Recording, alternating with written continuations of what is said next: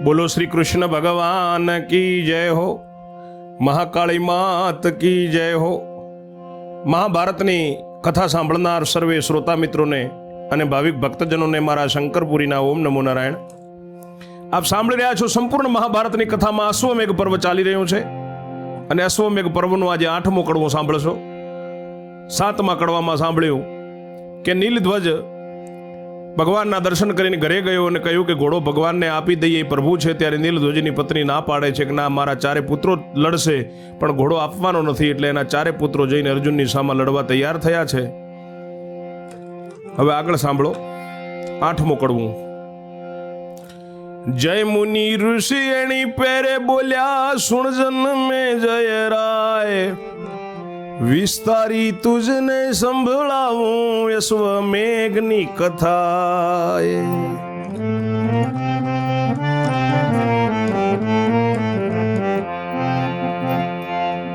નીલધ્વજના 4 પુત્રે હાથ ગ્રયા હથિયાર, અર્જુન સામું યુદ્ધ જમાવ્યું ને દેવા માંડ્યો માર।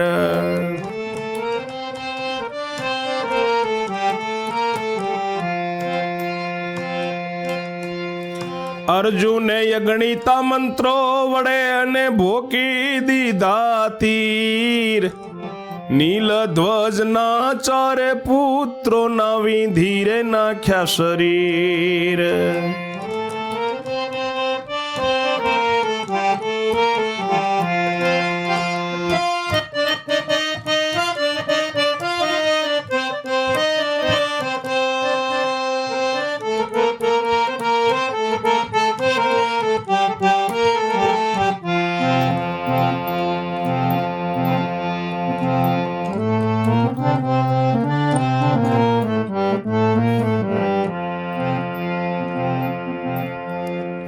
એવામાં એ વર્ષ કે તુએ છોડ્યું કાળજવર બાણ, તે બાણથી એને 4 ભાઈઓના કાઢી રે નાખ્યા પ્રાણ।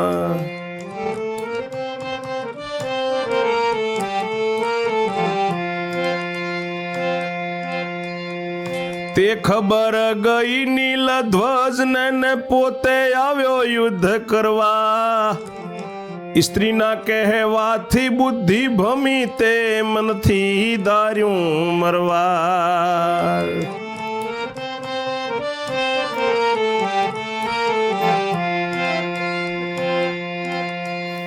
ઋષિ જયમુનિ કહે છે કે જન્મેજય રાજા, અશ્વમેઘ પર્વની કથા સાંભળ। રાજા નીલધ્વજના 4 પુત્રો હાથમાં હથિયાર પકડીને અર્જુનજીના સામા યુદ્ધ કરવા માટે તૈયાર થયા અને ખૂબ માર દેવા માંડ્યો। યુદ્ધ ચાલુ થયું। અર્જુને પણ અગણિતા મંત્રોથી એમને તીર ભોંકી દીધા। નીલધ્વજના 4 પુત્રોના શરીર ચાલની જેવા વીંધી નાખ્યા અને એટલામાં કર્ણના પુત્ર વર્ષકેતુએ કાળજવર બાણ છોડ્યા। તે બાણથી 4 ભાઈઓના પ્રાણ કાઢી નાખ્યા। એ ખબર નીલધ્વજને ગઈ એટલે પોતે પણ યુદ્ધ કરવા આવ્યો। એની પત્નીના કહેવાથી એની બુદ્ધિ ભમી ગઈ છે એટલે એને મનથી મરવા ધાર્યું છે। આવીને એને સંગ્રામ માંડ્યો બહુ બળવંતો રાય, આવી એને સંગ્રામ માંડ્યો છે બહુ બળવંતો રાજા। પાંડવ દળને કાયર કીધું રાખી નહીં કઈ મજા।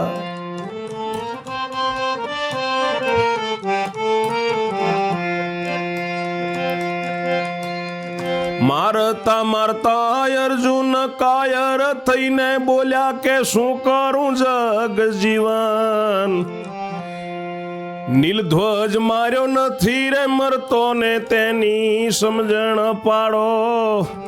પ્રભુ કહે કે પવનાસ્ત્ર મારીને એને અહીંથી ઉડાડો। આવીને નીલધ્વજે સંગ્રામ કર્યો, ખૂબ બળવંતો છે અને પાંડવોના દળને કાયર કરી નાખ્યું, કઈ કોઈની માજા રાખી નહીં। અને મારતા મારતા અર્જુનજી કાયર થઈને બોલ્યા છે કે હે ભગવાન, હવે હું શું કરું જગજીવન? આ નીલધ્વજ માર્યો મરતો નથી, કંઈક સમજણ પાડો। ભગવાન કહે છે કે પવનાસ્ત્રનું બાણ મારીને એને અહીંથી ઉડાડો। તવ પાર્થે પવનાસ્ત્ર માર્યું ને તેથી ગગને ચડ્યો, પોતાનો જ માત્ર જ્યાં અગ્નિ દેવ તેની કને જઈને પડ્યો.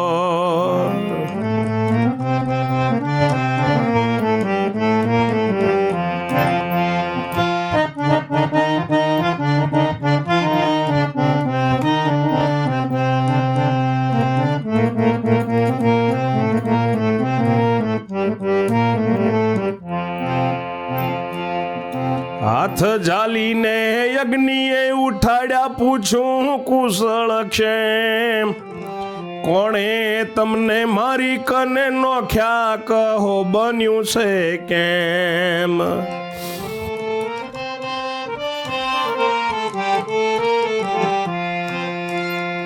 નીલધ્વજ કહે તમારી સાસુએ સંગ્રામ પાછો કરાવ્યો, મારા 4 બાળક જીવતા તા એને પાછા મરાવ્યા.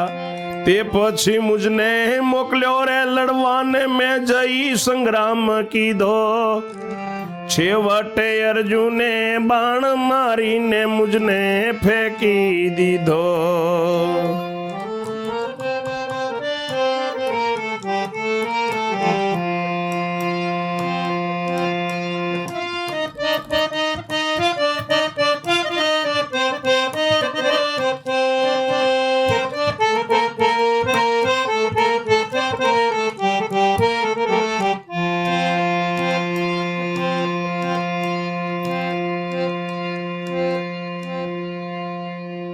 ભગવાને પાર્થને કહ્યું ત્યારે અર્જુને પવનાસ્ત્રનું બાણ માર્યું, એટલે રાજા નીલધ્વજ ગગને ચડ્યો છે અને એનો જમાઈ જ્યાં અગ્નિદેવ છે એની જોડે જઈને પડ્યો.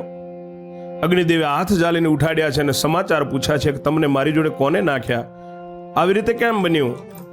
ત્યારે નીલધ્વજ કહે છે કે તમારી સાસુએ મને સંગ્રામમાં પાછો કરાવ્યો, પાછી લડાઈ કરાવી, મારા 4 બાળક જીવતા હતા એને પાછા મરાવી દીધા. એ પછી મને મોકલ્યો લડવાને, મેં જઈને સંગ્રામ કર્યો. છેવટે અર્જુને બાણ મારીને મને ફેંકી દીધો. એટલે અગ્નિદેવ બોલિયા, નર નારાયણ છે એવ, અર્જુનજી નથી હારવાના, સહાય છે શ્રી યજ્ઞદેવ. અર્જુનજી નથી હારવાના, સહાય છે જગદેવ.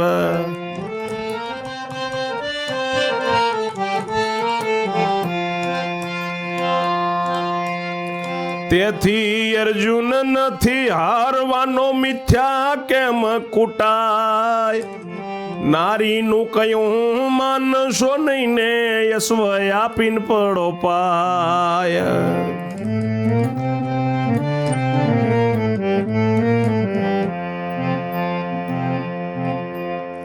તવ નીલધ્વજ ઘેર આવ્યો ને યશ્વને સાથે લીધો. નરનારાયણ ને નમીને એણે યશ્વ આપી દીધો.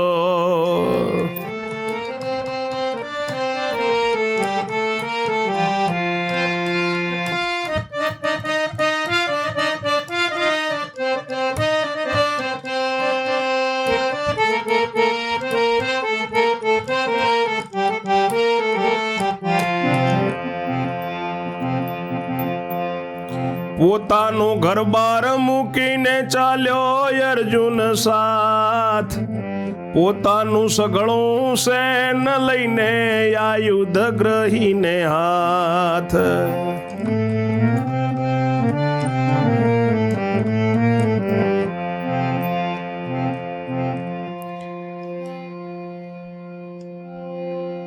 મારા છોકરાને મર્યા અને મને લડવા મોકલ્યો, મેં જેને સંગ્રામ કર્યો, એટલે અર્જુને બાણ મારીને મને અહીંયા ફેંકી દીધો છે જમાઈ.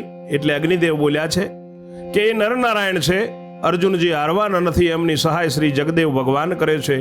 એટલે અર્જુન હારવાનો નથી, તમે કેમ ખાલી મિથ્યા માથું કૂટો છો. તમારી પત્નીનું નારીનું કહેવું માનશો નહીં અને ઘોડો આપીને પગે પડો. ત્યારે નીલધ્વજ ઘરે આવ્યો અને રાજા નીલધ્વજે અશ્વ પંચકલ્યાણીને સાથે લીધો અને નરનારાયણને નમી અને અશ્વ આપી પોતાનું ઘરબાર બધું મૂકી છોડી અને અર્જુનજીની સાથે પોતાનું સૈન્ય લઈ અને એ પણ ઘોડાની રક્ષા કરવા સાથે આયુધ પકડીને ચાલ્યો છે. એટલે એની જ્વાળા રાણી ગઈ પોતાને પિયર, દુલમુખ નામે ભ્રાઈ એનો જબરો કરનાર ઝેર. દુલમુખ નામે ભ્રાત એનો જબરો કરનાર ઝેર.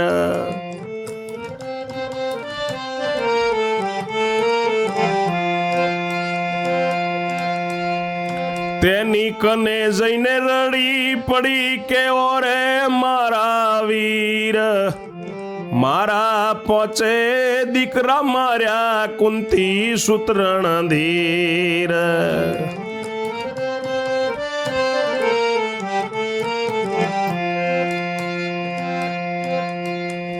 તેને મારીને વેર લ્યો તો તમે મારા ભ્રાત. દુલમુખ બોલ્યો એ નહીં આવે તે વારે એની વાત. દુલમુખ બોલ્યો કે એ અહીં આવે એ વારે એની વાત.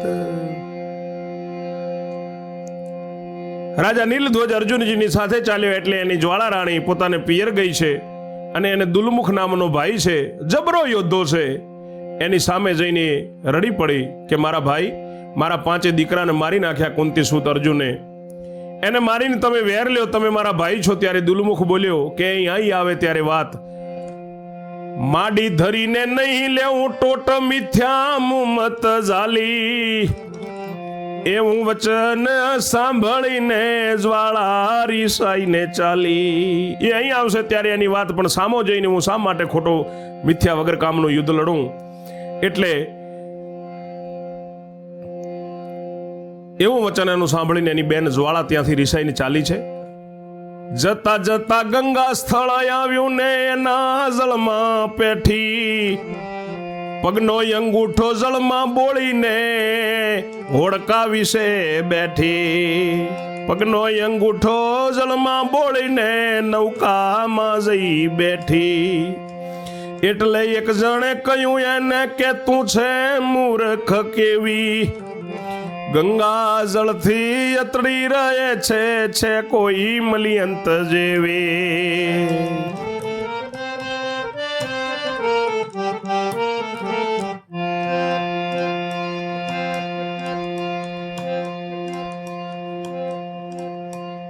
એ ત્યાંથી રિસાઈની ચાલી છે ને જતા જતા ગંગાજી આવ્યા. ગંગાનું જળ આવ્યું, એના જળમાં એને ખાલી પગનો અંગૂઠો બોળી અને એ હોડકામાં બેઠી છે. એટલે એક જણે કહ્યું કે તું કેવી મૂર્ખ છે, ગંગા જળથી શેટી રહે છે કોઈ, તું અશુદ્ધ જેવી છે. જ્વાળા કહે છે ગંગાજી છે વાંઝણીને તેમાં ન બોળવાન. તવ ગંગાજી સ્વરૂપ લઈને પ્રગટ થયા વિદાન.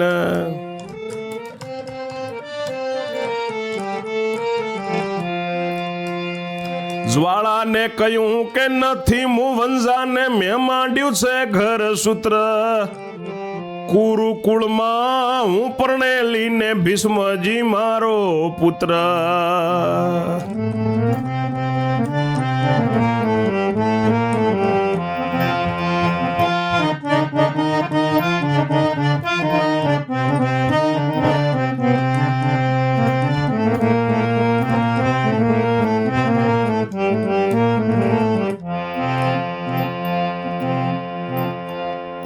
જ્વાળા કહે તુજ પુત્ર જ સામું યુદ્ધ કર્યું અપાર.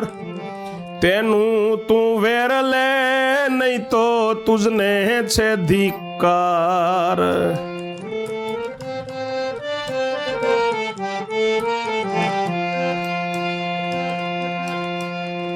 તવ ગંગાને ક્રોધ વ્યાપ્યો ને બોલ્યા કરીને રીસ. 6 માસ મારે અર્જુન કેરું છે દાઈ જજો શીશ.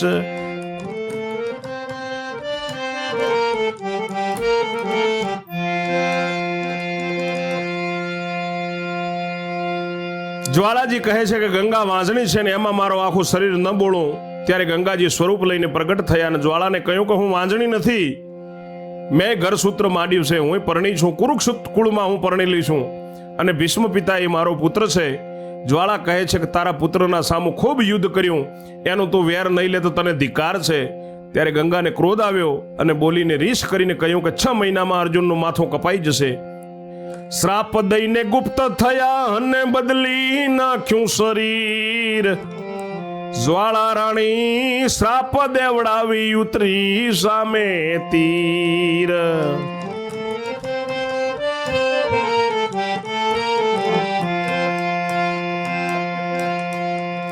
ચિતા ખડકીને બળી મુઈ એવી દેખી જાત.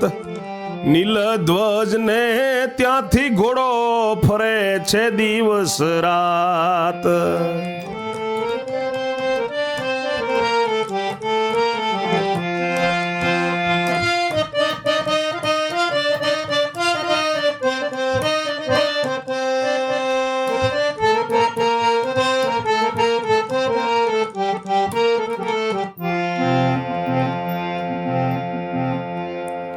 કૃષ્ણ હસ્તિનાપુર ગયા છે ને એવામાં શું થાય.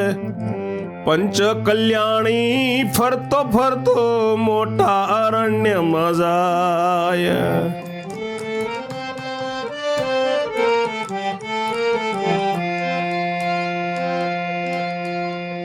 ચાર ગાઉની એક લાંબી શિલા રસ્તે પડેલી ધરણા. પંચ કલ્યાણીએ તેના ઉપર મૂકી દીધો એક ચરણા.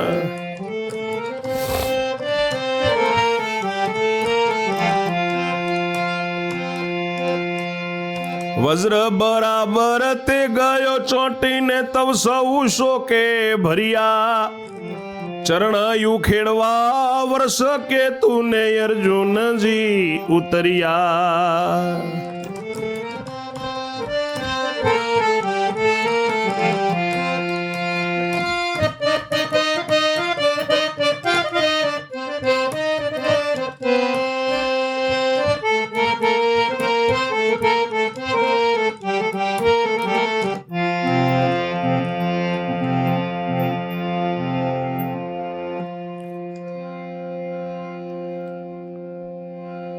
ગંગાજી શ્રાપ આપીને ગુપ્ત થઈ ગયા, શરીર બદલી નાખ્યું.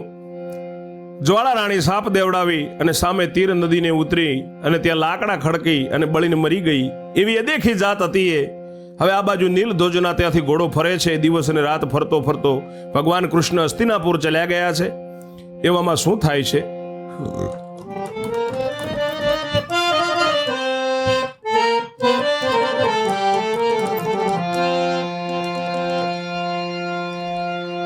પંચકલ્યાણી ઘોડો ફરતો ફરતો મોટા વનમાં જાય છે અને એ વનમાં ચાર ગાઉની એક લાંબી પથ્થરની શિલા રસ્તા ઉપર ધરતી ઉપર પડેલી છે. પંચકલ્યાણી ઘોડાએ એના ઉપર એક પગ મૂક્યો અને વજ્રની જેમ એ પગ ચોંટી ગયો. ત્યારે બધાએ દુઃખમાં ભર્યા છે અને ચરણ ઉખેડવા માટે, એનો પગ ઉખેડવા માટે વરસકેતુને અર્જુન રથથી નીચે ઉતર્યા છે. અશ્વનો ચરણ પકડી જોર કીધું પણ ના છૂટ્યો તે. અર્જુન કહે આયુધ વડે સલ્યા ભાગો એ.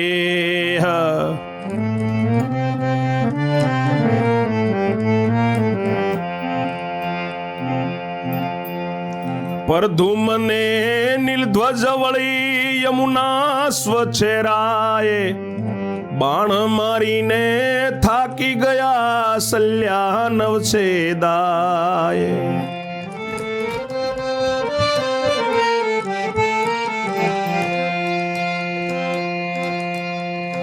એવામાં એક ઋષિ રે દીઠા તપ કરતા તા ત્યાં. શોભી ઋષિ મહાતપસ્વી તેને જઈ પડ્યા પાય.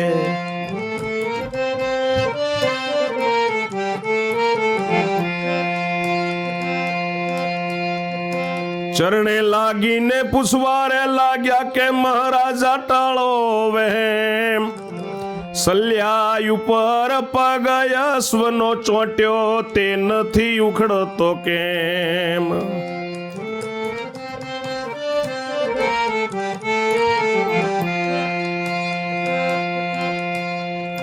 એટલે શોભી ઋષિ રે બોલ્યા કે કોણ તમે રાજન. અર્જુન કહે દાસ તમારા પાંડવ કુંતીના તન.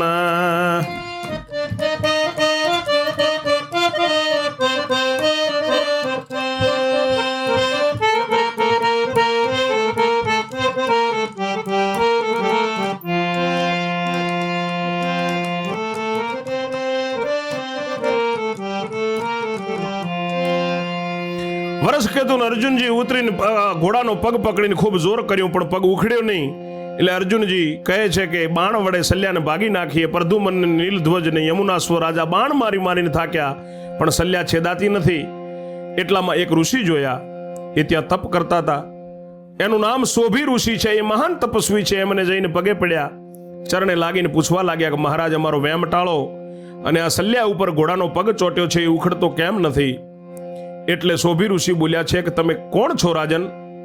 ત્યારે અર્જુનજી કહે છે કે તમારા દાસ પાંડવો છીએ, કુંતીના તન, કુંતીના દીકરા અમે પાંડવો છીએ. શોભી ઋષિ તવ રાજી થયા કે ભલે આવ્યા તમે અહીં. એને અર્જુન કહે ઓ ઋષિજી સલ્યા રૂપ છે કોણ? શોભી ઋષિ ખૂબ રાજી થયા કે પાંડવો તમે ભલે આવ્યા અહીંયા. એટલે અર્જુનજી ઋષિને કહે છે કે હે ઋષિવર, આ સલ્યા રૂપ કોણ છે? આ સલ્યા તે કોણ છે તે કહો મને કથાએ. સાથી પગ છોડે નહીં તે સાંભળું મહિમાય. આગળની કથા 9મા કડવામાં સાંભળશો. ત્યાં સુધી મારી વાણીને હું વિરામ આપું છું. જય જય શ્રી રણછોડ. ઓમ નમો નારાયણ.